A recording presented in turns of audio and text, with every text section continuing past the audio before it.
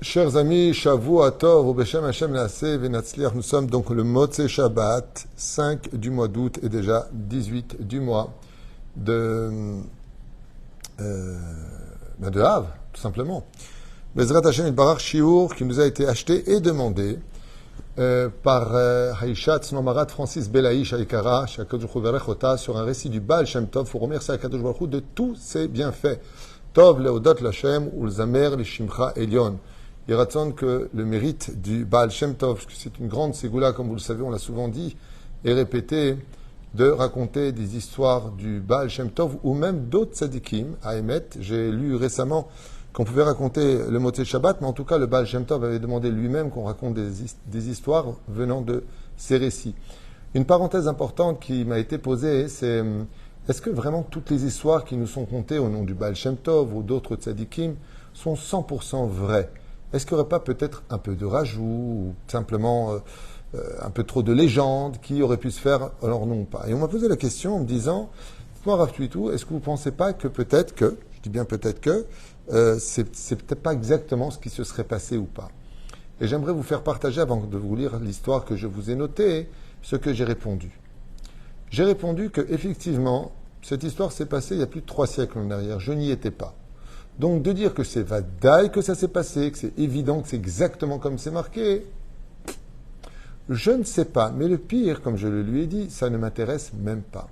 Et quand je lui dis ça ne m'intéresse même pas, sachant qu'il sache que je ne parle pas pour rien dire en général, il me dit, comment ça vous intéresse pas? Qu'est-ce que vous voulez dire par là? Et je lui dis, puisque tu poses des questions, alors tu auras des réponses. Ma question n'est pas de savoir si les récits que nous allons raconter sur le Baal Shem Tov sont vrais ou faux, ou sur le Gaon de Vilna, ou sur tous les tzadikim, y compris le Rabbi Moshe Ederi, tout le monde. La question, c'est pas de savoir si c'est vrai ou faux. Parce que même si 50% est la pure réalité, ça vaut déjà le coup d'entendre, parce que les miracles sont trop importants.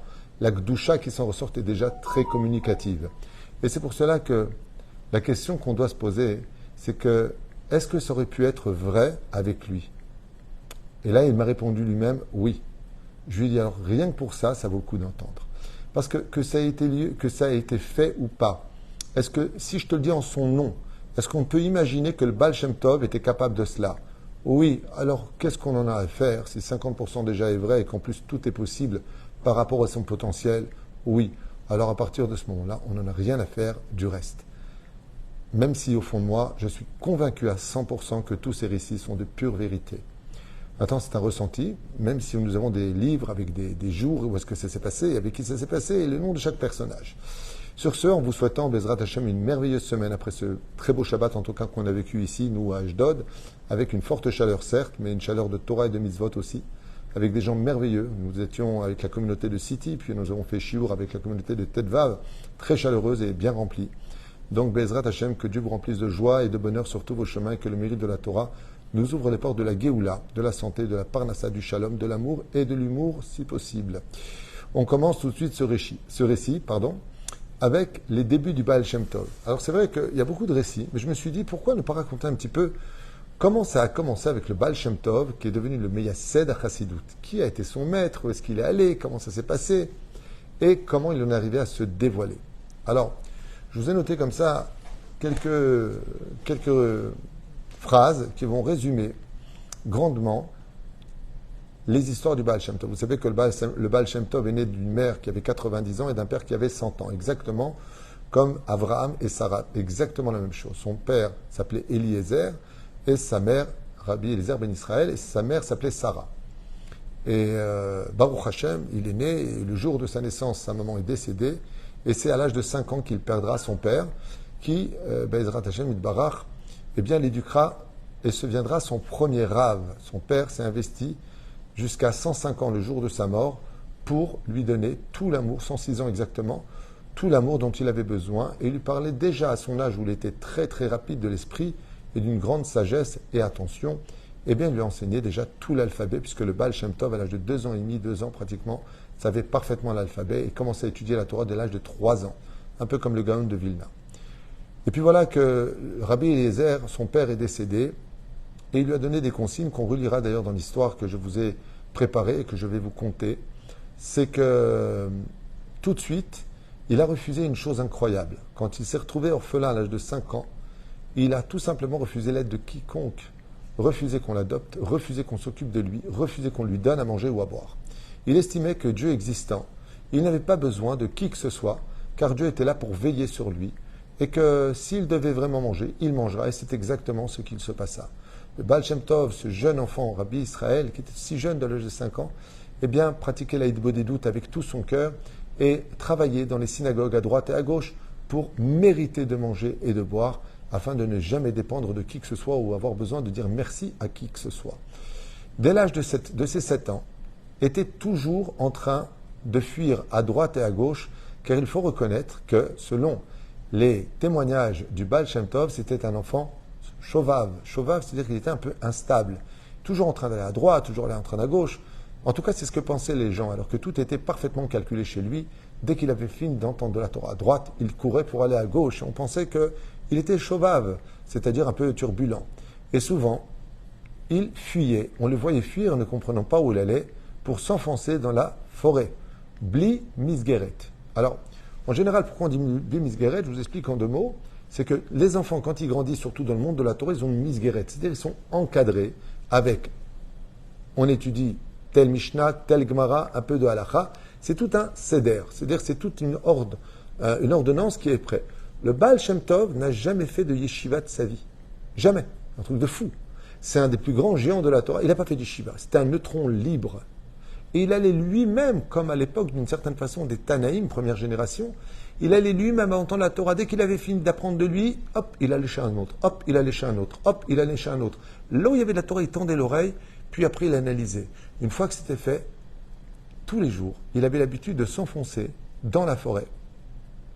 Bezrat Hashem, manquant souvent lui-même de nourriture ou de confort, voire ne pas boire pendant plusieurs jours alors qu'il était si jeune, cela n'avait aucune influence ni aucun impact sur lui, car sa joie de se savoir juif et de servir Hachem le comblait au point qu'il en oubliait sa faim et sa soif.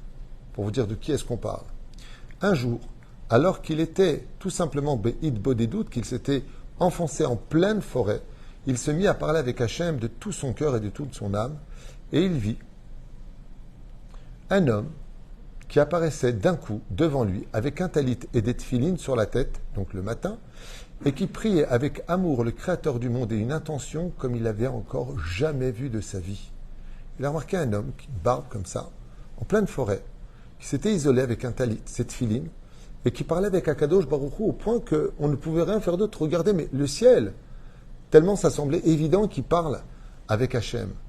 Et le Baal Shem Tov, à l'âge de ses 7 ans, prit une grande leçon en l'observant, et il chercha à se rapprocher discrètement, sans se faire remarquer de lui, et surtout sans le déranger, pour se réjouir de voir combien cet homme aimait prier à Kadosh Baruch Hu, et combien la sincérité était dans chaque mot, l'engouement, et surtout l'amour qu'il portait, au point où il n'avait encore jamais vu ou participé à une telle ambiance spirituelle, car tout autour de cet homme saint, apparemment, eh bien, était empreint de lumière et d'espoir. On se sentait bien d'être à côté d'Il-Baal Shem Tov. Il s'asseya discrètement, puis sortit son livre. Donc, on parle de cet homme-là une fois qu'il a fini de prier. C'est étranger, on parlera plus tard. Il s'est assis, puis sortit de son sac un livre d'études, puis se mit à étudier en chantant la Torah, mot par mot, avec un délice, comme si un enfant mangeait un gâteau ou un bonbon très sucré. À ce point-là, chaque mot sortait de son cœur. Le jeune Baal Shem Tov, âgé uniquement de ses 7 ans, passa un moment qui le réjouit au summum de tout ce qu'il n'avait encore jamais vécu. De voir un autre juif qui cherchait à servir Dieu comme lui, avec autant de dévouement et autant de proximité. Ainsi donc, comme il le dit, enfin un juif qui sert Hachem Be'emet. Puis après avoir étudié, cet homme-là sortit de son sac une fois de plus un morceau de pain et une gourde d'eau, avec lequel il fit Netilat Yadayim, puis mangea rien d'autre que du pain, sans rien d'autre. Puis il fit Maïm Acharonim, et se mit à chanter avec dévotion tout le Birkat Hamazon, qui lui prit plus de 10 minutes, un quart d'heure pour faire son Birkat Hamazon. Chaque mot était prononcé avec amour. Le Baal Shem Tov, d'un coup, donc, l'homme vit le garçon de 7 ans qui fait un tout petit peu de bruit. Le Baal Shem Tov a fait un peu de bruit dans la forêt. Cet homme s'est retourné et s'étonna de le voir si loin de la ville. Un enfant si loin de la ville lui a répondu, qu'est-ce que tu fais ici, en pleine forêt, seul? Tu n'as pas peur des animaux, tu n'as pas peur des brigands, tu n'as pas peur de tout cela? Et le jeune Baal Shem Tov lui a répondu, non, je n'ai peur de rien, car mon père, Rabbi Eliezer, Zecher Tzadik le Kadosh Ivracha, m'a ordonné une chose juste avant de mourir. Ne crains jamais quoi que ce soit, ni qui que ce soit dans ce monde, si ce n'est que Dieu lui-même. À ces mots-là, cet homme-là se leva et lui dit, quoi, serais-tu le fils de mon ami Rabbi Eliezer, dont la femme s'appelait Sarah? Et il lui a répondu, oui, j'en suis le fils. Alors tout de suite, il lui dit, viens près de moi, mon fils, et assieds-toi, pour que, ensemble, nous puissions étudier Masechet Psachim. Il sortit Masechet Psachim, le Talmud de Psachim, puis se mirent à étudier ensemble. À ce moment-là, le Baal Shem Tov lui demanda son nom et lui dit, sache, si tu veux savoir qui je suis, que je m'appelle Rabbi Mordechai Baal Shem. C'était son nom, Rabbi Mordechai Baal Shem, qui deviendra le deuxième Rav à l'âge de 7 ans du Baal Shem Tov pour lui enseigner une Torah de vie qui fera de lui plus tard un des plus grands Talmidei Chachamim de l'histoire. Et donc ils se sont assis puis ont étudié ensemble Masechet Psachim, puis l'homme demanda au Baal Shem Tov s'il voulait bien venir avec lui et l'accompagner partout où il irait. Et ainsi fut fait. Le Baal Shem Tov accepta volontiers de le suivre car il n'avait ni adresse ni lieu où aller, et ils allèrent de village en village, de ville en ville, de région en région, sans jamais rester trop longtemps au même endroit, mais surtout jamais demander de l'aide, ni dire que c'était des tzadikim, ou demander de la tzedaka à personne. L'homme travaillait 1 à 2 heures par jour proposant ses services, Rabbi Mordechai Baal Shem, par jour, et dès qu'il avait l'argent qu'il lui fallait pour un logis et manger lui et son jeune élève, le Baal Shem Tov, il s'en suffisait amplement et passait toute la nuit à étudier la Torah avec le Baal Shem Tov. Ils étudiaient donc jour et nuit dans tous les domaines de la Torah écrite et de la Torah orale. Des halachot, des gmarot, des mishnayot avant cela, des sifra, des agadot, le Zohar et les mondes ésotériques n'étaient plus un secret pour eux. Ils restèrent ensemble en tout et pour tout 3 ans d'affilée, sans se quitter. Donc le Baal Shem Tov a atteint l'âge de 10 ans.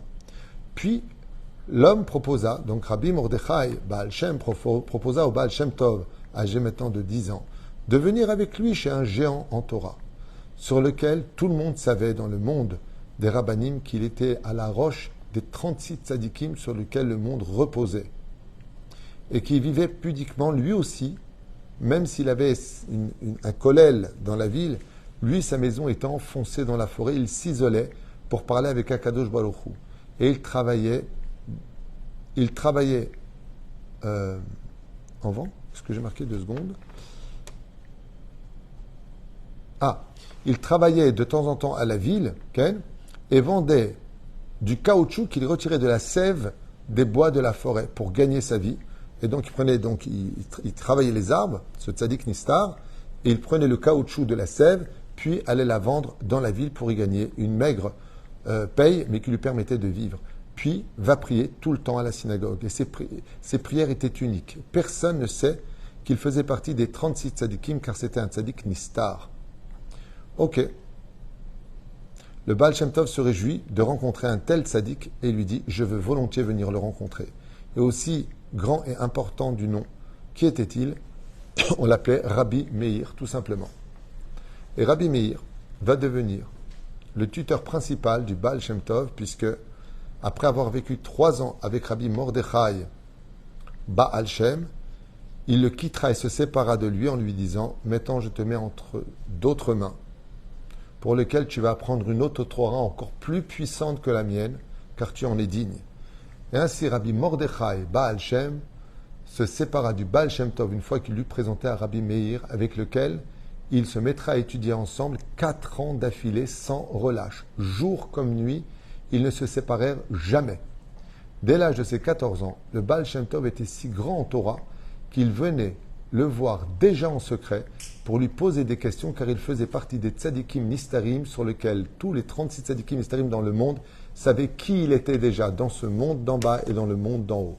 Et on venait déjà, dès l'âge de ses 14 ans, lui poser les questions les plus complexes sur lesquelles le Baal Shem Tov, avec une grande simplicité, réussissait à résoudre toutes les marlocotes du Talmud et du Shulchan Aruch pour leur répondre aux uns et aux autres, car il faisait partie des tzadikim nistarim. Le Baal Shem Tov, dès ses 14 ans, créa une nouvelle idée avec la bénédiction de son Rav, Rabbi Meir. Et il lui dit, il est temps maintenant de cesser de vivre dans la forêt, car il faut s'occuper de nos frères qui sont à l'extérieur. Car, comme l'avait dit d'ailleurs plus tard, je fais une parenthèse, le Or HaChaim HaKadosh, le Or HaChaim HaKadosh a rajouté de sa propre bouche et a dit que tous les Gdolé Israël, les plus grands de ce monde, rendront des comptes s'ils n'ont pas été capables de descendre vers le peuple et de les ramener à la table d'Hachem. Ainsi, le Baal Shem Tov Meyased HaChassidut, qui va créer la Chassidut, commença à dire, dès l'âge de 14 ans, il est temps, malgré mon jeune âge, que je prenne les choses en main. Il faut créer des kitotes partout, des classes d'enseignement, où pour tous les niveaux, Aleph, Bet, Gimel, on y enseigne les Mishnayot, les Halachot, les Gemarot, les Agadot, les parachutes de la semaine. Tout doit être mis en application. Ken? C'est ce que l'on appela le Zikouy Arabim. Rendre le nom de Dieu possible pour tout le monde à travers le public. Et ainsi donc, selon ce qu'a marqué, alors je vous dis ce que j'ai lu, le chiffre est impressionnant, mais le Baal Shem Tov, à l'âge de 14 ans, aurait créé, pour rapprocher à peu près entre 1 million et 1,5 million de jeunes qui ne connaissaient pas le Talmud, qui ne connaissaient pas la Torah, qui se sont rapprochés et ont fait Teshuvah. Comme ça que c'est marqué. Qui fréquentèrent ces classes, donc ils ont commencé à fréquenter ces classes qui étaient gratuites, pour lesquelles on proposait des gâteaux, on proposait des choses pour les attirer, et apprendre à lire et à écrire la Torah. Et c'est exactement ce qui s'est passé.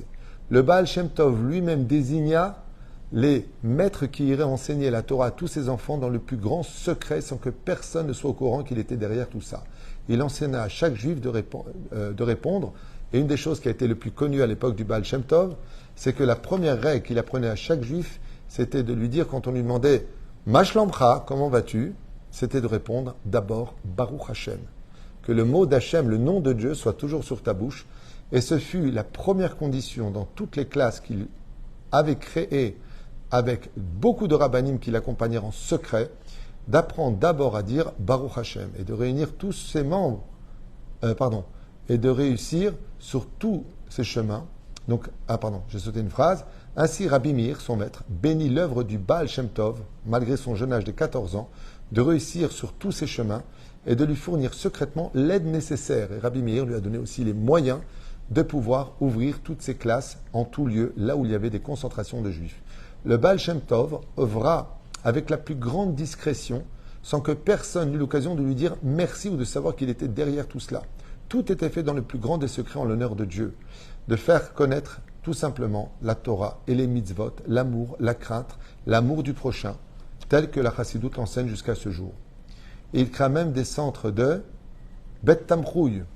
Il a même créé des centres où les personnes les plus démunies, pour les orphelins et les pauvres, ainsi que les veuves, pouvaient venir manger à toute heure, s'adressant à de richissimes pour avoir le mérite de participer à cette œuvre-là, de donner à boire et à manger.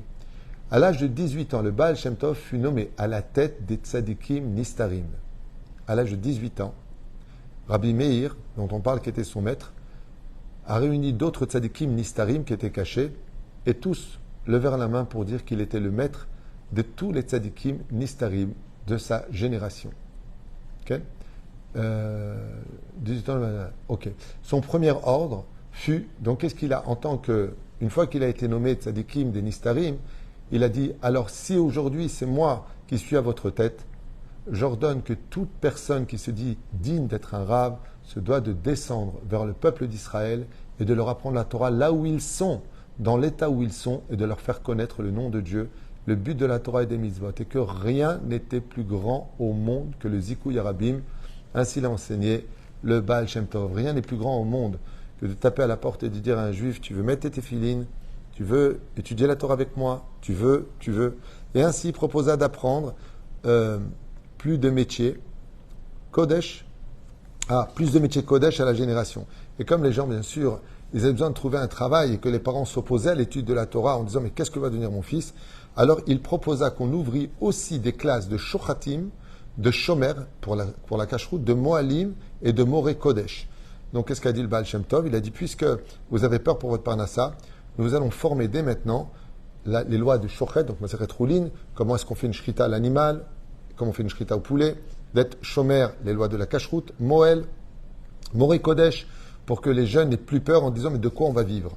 Et ainsi, il inclua Baruch Hashem et initia de la foi dans le cœur de chaque parent qui volontiers envoyèrent leurs enfants étudier la Torah. Et ainsi, Baruch Hashem commença à se propager la chassidoute du Baal Shem Tov de plus en plus, qui commença à purifier et encourager Baruch Hashem, chaque juif, à travailler sa pureté et ses connaissances, d'être fier surtout de son judaïsme. Phrase fétiche du Baal Shem Tov, rien que de savoir que tu es juif doit créer déjà toute ta fierté.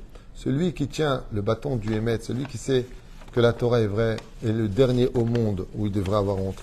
Ce qui est curieux dans notre génération en 2023 de l'ère vulgaire, c'est que nous qui sommes dans la Torah, nous qui sommes dans le monde de vérité, nous qui tenons mettre le pourquoi de la création du monde dans les mains, c'est à nous d'avoir honte d'exister, c'est à nous de comprendre les autres, c'est à nous de nous taire, alors que ceux qui vivent dans le mensonge sont fiers de leur mensonge, sont fiers de leur manque de pudeur, sont fiers de leur motichemra, de leur lachonara, ils sont fiers de leur haine qu'ils ont pour nous.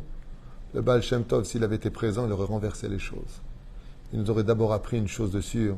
Toi qui es dans la Torah et les mitzvot, toi la fille d'Israël qui souille, n'aie jamais honte de l'avoir sur la tête. C'est pas parce que pour eux t'es pas à la mode que tu n'es pas dans la vérité. La vérité, elle est sur ta tête. Alors sois fier de le porter. Au contraire, les diamants, il n'y en a pas beaucoup, mais les cailloux, il y en a partout. Tout le monde se ressemble. Le Baal Shem Tov, la première chose qu'il a enseigné à tous les juifs, dis-moi, tu es juif, tu es fier de cela? Tu sais que tu es juif? Tu sais que tu as une neshama qui vient du monde de la vérité? Toi, tu viens du monde de la vérité. Alors marche toujours la tête droite parce que tu es juif, avec un cœur humble et des yeux d'amour pour tous ceux que tu rencontreras sur ton chemin. Bien sûr, plus tard, il se mariera, il aura son beau-frère Sabeddin, des cours qu'on a déjà fait sur le récit du Baal Shem Tov. En fin de compte, le nom du Baal Shem Tov va un jour se dévoiler au grand public, et je finirai juste avec cette parenthèse que j'avais racontée il y a déjà 2-3 ans en arrière, plus que ça encore. C'est qu'un jour, une sorcière qui était très connue dans une ville, eh bien, était très crainte parce qu'elle voyait des choses à pis selon les démons, et personne n'osait la rapprocher. Ils ont appelé le beau-frère du Baal Shem Tov, qui était Avbeddin, et quand il s'est approché, il a demandé au Baal Shem Tov, qui était son cocher, si jeune et marié, il était son cocher, et quand elle l'a vu, elle a commencé à hurler, Qui est cet homme? Sortez-le de ma maison, sortez-le, sa kedusha me tue. Et qu'est-ce que faisait le Baal Shem Tov derrière le dos de tous ceux qui étaient devant lui, lui étant que le cocher, le tzaddik caché? Il levait son chapeau et laissait apparaître son front rempli de kedusha, et quand elle le voyait, elle se barrait les yeux, je ne peux pas voir, je ne peux pas voir. Elle hurlait de douleur. Alors le beau-frère du Baal Shem Tov, le Abbeddin, j'ai oublié son nom, c'est pour ça que je ne le donne pas, a dit, mais de qui vous parlez? Il pensait que c'était lui. Il lui a dit, de l'homme habillé en cocher juste derrière vous. C'est un homme de Dieu, c'est un homme extrêmement saint. Je ne peux pas tolérer, je ne peux pas. Il faut qu'il sorte de la maison, sa gdoucha me brûle. Et c'est ainsi que tout le monde découvrit que le Baal Shem Tov était loin d'être un cocher, mais un tzaddik Nistaren Jaman qui n'avait pas encore été trouvé jusqu'au jour où Dieu l'a dévoilé. C'est pas lui qui s'est dévoilé. Akadosh Baruch Hu, il l'a dévoilé pour faire comprendre que quand on est lumière, on chasse l'obscurité. À l'image d'un homme qui rentre dans une pièce, il ne va pas se battre avec l'obscurité, il suffit simplement d'appuyer sur un bouton pour avoir de la lumière. Si on était capable d'ouvrir notre cœur, on ouvrirait beaucoup, beaucoup de lumière sans pour autant chercher à nous battre pour l'obtenir. Baruch Adonai Leolam, Amen va Amen. Shavua Tov et Toda à vous.